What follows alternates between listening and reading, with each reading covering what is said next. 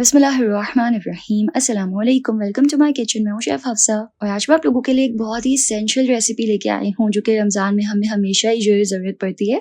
आज हम बनाएंगे एकदम परफेक्ट होममेड चटपटा सा चाट मसाला जो कि रमज़ान में बहुत सारी रेसिपीज़ में यूज़ होता है और ये खाने का मज़ा जो है वो दुगना कर देता है। तो रेसिपी का कोई पार्ट मिस मत कीजिएगा। ये इसको बनाना स्टार्ट करते हैं। तो रेसिपी स्टार्ट करते हैं। सबसे पहले हम एक पैन में ऐड करेंगे 3 टेबल स्पून सूखा धनिया, साथ ही इसमें ऐड करेंगे 2 टेबल स्पून सफ़ेद ज़ीरा, 1 टेबल स्पून सौंफ,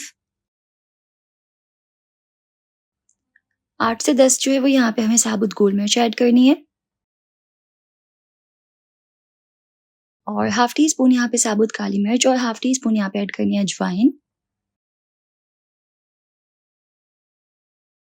अब हम सबको बिल्कुल हल्की आंच पे जो है वो ड्राई रोस्ट कर लेंगे। अच्छे से इसको टोस्ट करते हुए पकाना है कि मसालों के अंदर की जो खुशबू होती है ना वो बाहर आ जाए। अच्छे से इसको हल्की आंच पे भून लेना है।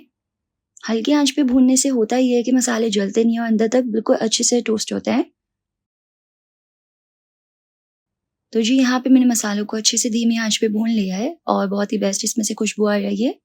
अब हम इसको निकाल लेंगे और ठंडा कर लेंगे।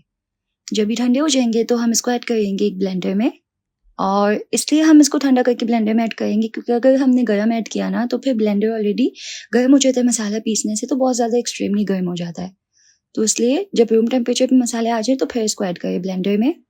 साथ ही इसमें ऐड करेंगे half tea spoon citric acid यानी कि सावर सॉल्ट जो कि होती है टाटरी। और अब हम सबको अच्छे से ब्लेंड कर लेंगे।